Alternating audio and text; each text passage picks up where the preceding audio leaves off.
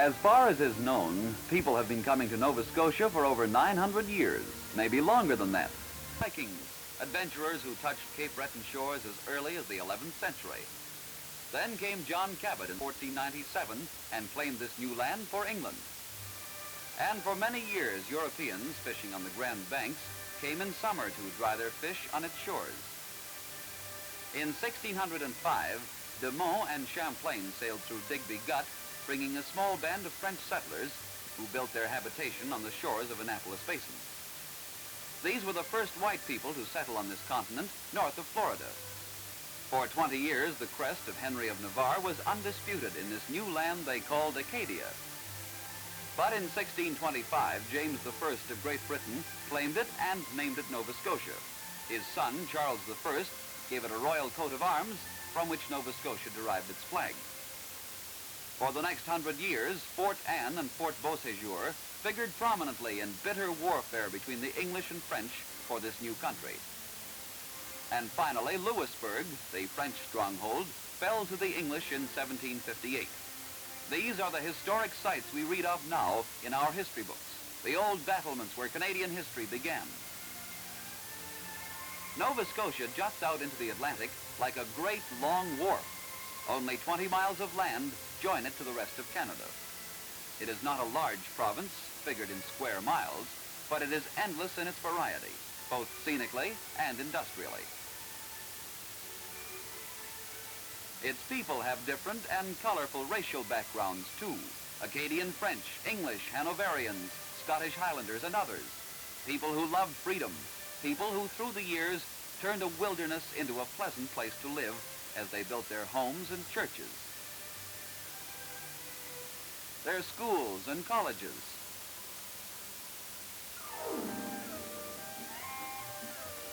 Their busy towns and recreation centers.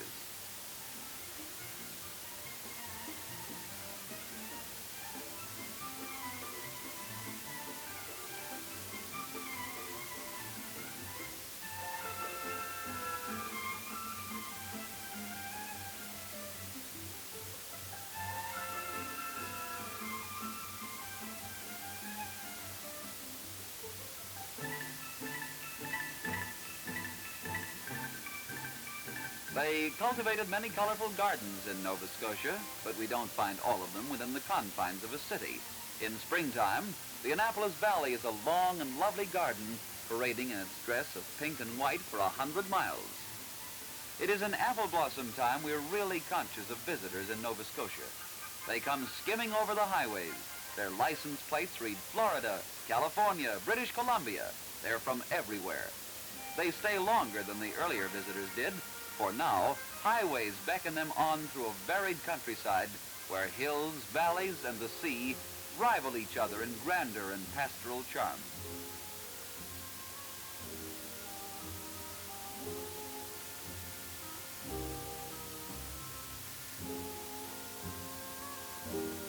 It is a natural vacation land of sea, lakes, and rivers. Most of the good salmon rivers, the far-famed Margaret, the Medway, and St. Mary's, are within sight of the highways. Nova Scotia rivers are not privately leased. They run free and inviting, where salmon and trout lurk in cool, deep pools.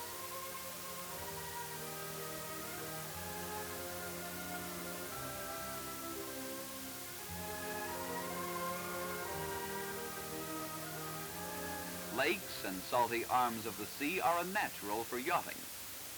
Here, Ben Brea, the Nova Scotia home of Alexander Graham Bell, looks down over the Bredor Lakes, where Canadian and American yachts compete for honors.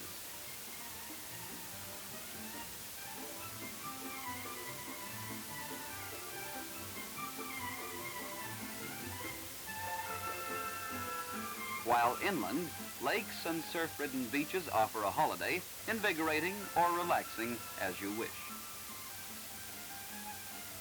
With a coastline 4,000 miles long, you just can't escape its beaches.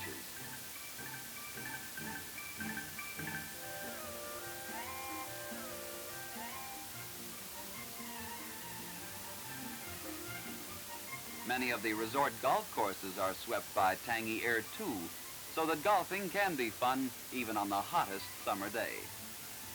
The large resorts have attractions for the very young as well. There are many attractive cabins, some of them near the shore, where there are often extra special things to do. For instance, have you ever gone deep-sea fishing just for fun? Lots of people do. Sometimes they catch large cod or haddock. But a small, streamlined mackerel on a rod and reel is as exciting as a good-sized trout. However, tuna is the prize if you want deep-sea fishing on a large scale. And all along the Atlantic shore of Nova Scotia, you may be lucky enough to strike one. But Soldier's Rip, off Wedgeport, is considered the tuna hotspot. As many as 40 of these monster fish, weighing an average of 600 pounds each, have been boated in one day. But this is the play side of Nova Scotia. While some people are sport fishing for tuna, the commercial fishermen set nets for them just offshore. These powerful fish could tear a net to pieces, but once inside, they swim tirelessly round and round the net, as helpless as a tiny herring or gaspereau.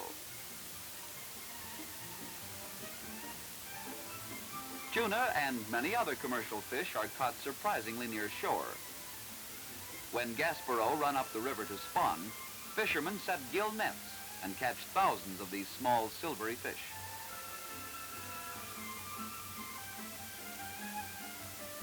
Herring school just offshore too. Fishermen build great weirs to catch them. At low tide, they gather them from inside with their dip nets. While just outside Digby Gut, the fishermen rake scallops from the seafloor of the Bay of Fundy.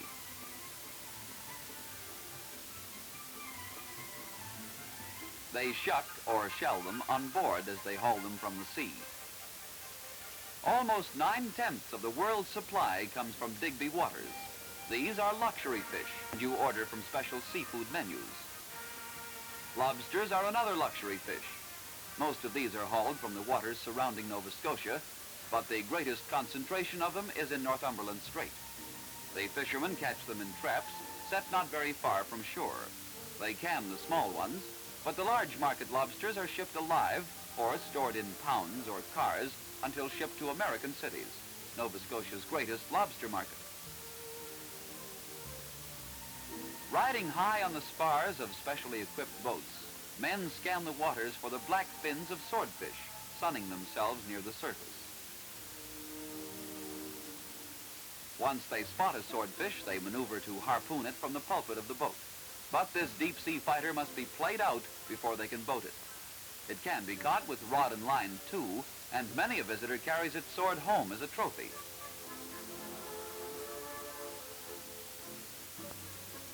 As the fishermen scan the waters near home, schooners and trawlers speed toward the Grand Banks about 180 miles offshore.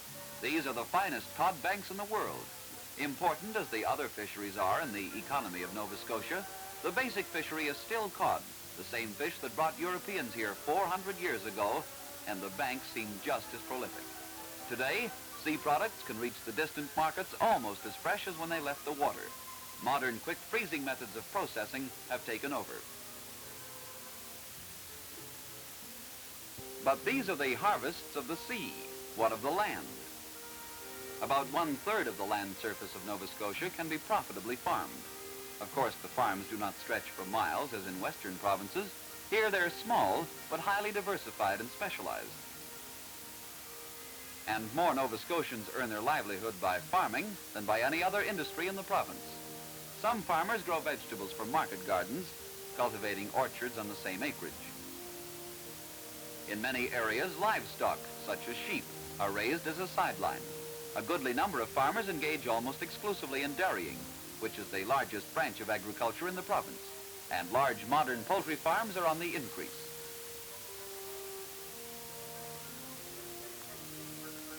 The Annapolis Valley is world famous for its luscious apples, and in the fall, the trees are weighted with ripening fruit, yielding an average of 1,500,000 barrels a year. Moderate to heavy rainfalls ensure large hay and grain crops. Well-cultivated fields yield from 3 to 4 tons of hay to the acre.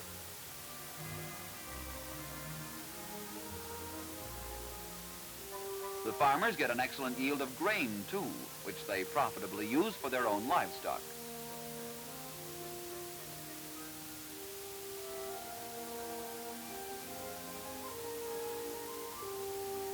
The Provincial Department of Agriculture and Marketing works closely with the farmers in connection with both production and marketing. The Agricultural College at Truro aids them also, as it specializes in maritime agricultural problems.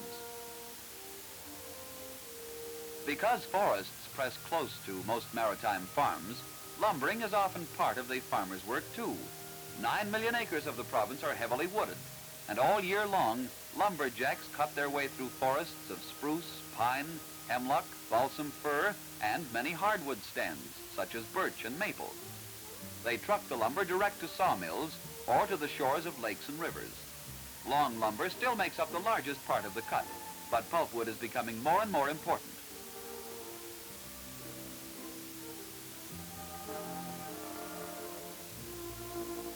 Caught in great booms, they guide it up the jack ladders and process it into newsprint. Many American newspapers today are printed on paper, processed in Nova Scotia. Several smaller mills manufacture and export ground wood pulp used in making various grades of paper. The parade of forest products is continuous, no small part being the Christmas tree crop, when forests are pruned to supply thousands of trees for the gayest holiday in the year. But the sea and the land do not yield the only harvests. Nova Scotia is old in time. Rocks of all geologic ages are found here. Erosion exposes in many places outcrops of ore and mineral. Beds of white gypsum 100 feet in thickness are common. Nova Scotia miners have been digging it out of the earth for over 200 years, shipping most of it out to calcining plants.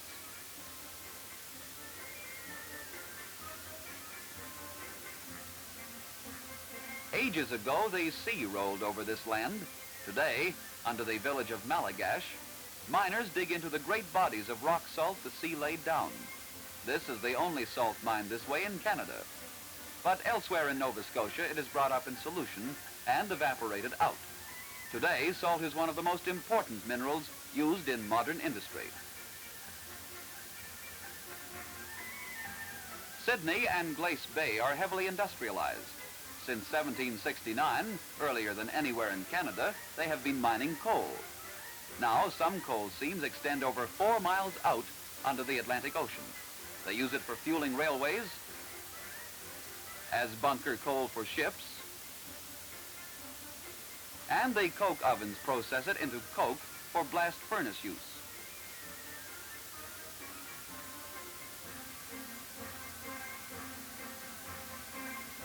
Ore boats bring to Sydney a continuous supply of iron ore and limestone from Newfoundland.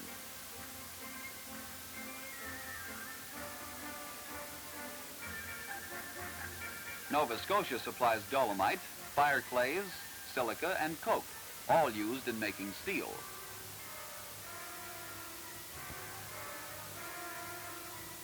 In the blast furnace, they first run off the slag or waste. Then, in the open hearth, the clear molten steel is poured into ladles and from ladles into ingot molds. These white-hot ingots of steel weigh from 5 to 65 tons. Yet in the rolling mill, by the mere controlling of levers, they glide back and forth and are fashioned as easily as putty into steel commodities for industrial uses.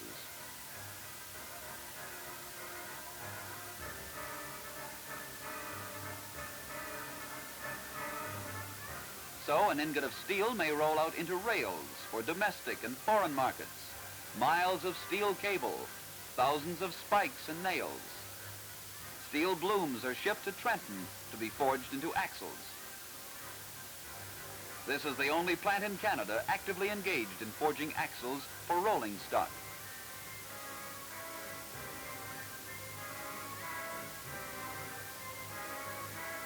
While at another plant nearby, Freight cars roll off the assembly line every 30 minutes. In fact, Nova Scotia Steel and Coal helped to build and fuel Canada's first railways. And today, her railways unite Canada from coast to coast. But from the earliest days of settlement, Nova Scotians have been ship conscious.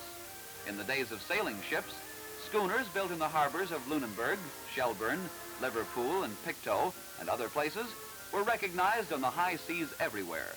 And Nova Scotians continued to build ships after the advent of steam. Some of them wooden coastal freighters, well built and launched as proudly as the old windjammers.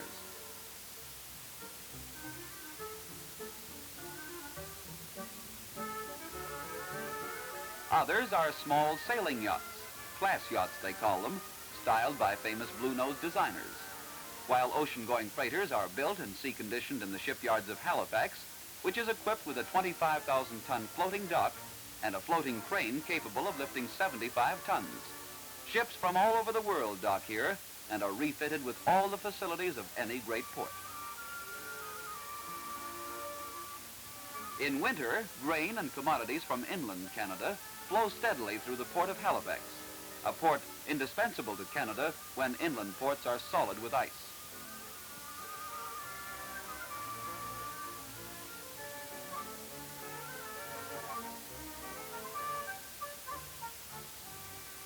In this spacious harbor, the largest ships afloat maneuver with ease to their anchorage at the dockside, carrying on their business of trade and commerce.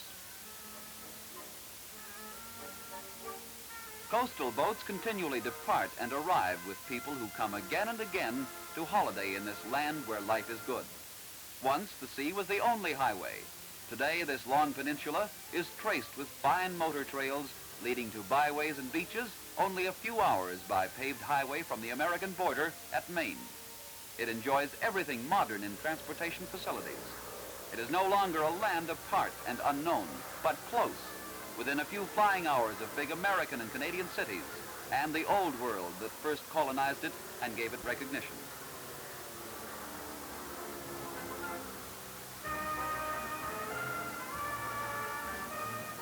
So this old province, through history, the development of its industries, and its strategic location, contributes in no small measure to the development of Canada as a nation. This is Nova Scotia.